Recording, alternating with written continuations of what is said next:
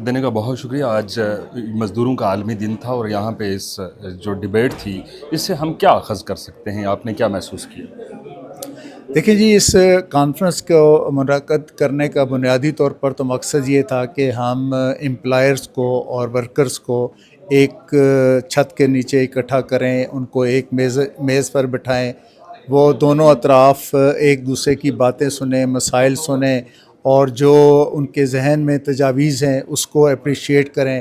اور بنیادی اس کے ساتھ مقصد یہ تھا کہ یہ جو ایک عمومی طور پر تاثر یہ ہوتا ہے کہ صنعت کار اور کارکن کے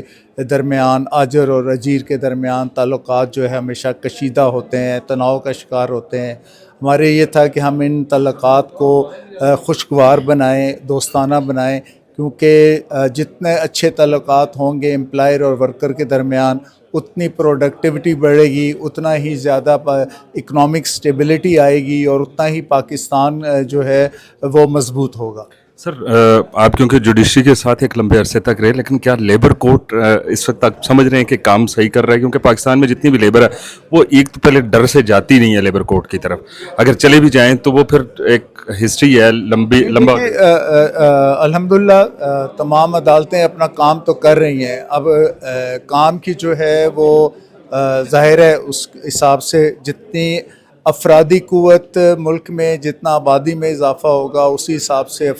جو ورکرز ہیں ان میں بھی اضافہ ہوتا ہے۔ جتنی نئی انویسٹمنٹ ہوتی ہے، جتنے نئے ایونیوز پیدا ہوتے ہیں کاروبار کے، اس حساب سے ورکر کی بھی تعداد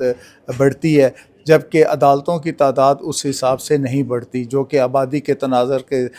کے تحت بڑھنی چاہیے۔ تو اپنا اپنا کام سارے کر رہے ہیں، بس یہ ہے اب مثلا NIRC کا اب ہم آپ کو بتائیں کہ ہم نے پچھلے 5 ماہ میں تقریباً 90% اپنا پرانے کیسز جو ہے وہ ڈیسائیڈ کیے اور وہ فائنل بھی ہو گئے، لیکن 200% فریش انسٹیٹیوشن ہوگی، جو اس بات کو ظاہر انڈیکیٹ کرتی ہے کہ لوگوں کا ادارے کے اوپر اعتماد بڑھا ہے، لوگوں کو یہ محسوس ہوا ہے کہ ہمیں اب یہاں سے ریلیف ملے گا، ہمارے ساتھ انصاف ہوگا۔ تو اس لیے یہ چیزیں تو چلتی ہیں۔ باقی جو بھی عدالت جس جگہ بھی ہے وہ اپنے طور پر کوشش تو پوری کرتی ہے کہ کام جتنا جلدی ممکن ہو سکے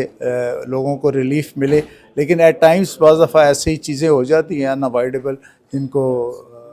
مطلب اگنور نہیں کیا جا سکتا۔ سر، لاسٹلی یہ بتا دیں کہ اس وقت حکومت ہر سال مزدور کی ایک تنخواہ مقرر کر دیتی ہے اور وہ پھر اس پہ عمل درآمد نہیں ہو سکتا، کون ذمہ دار ہو سکتا ہے؟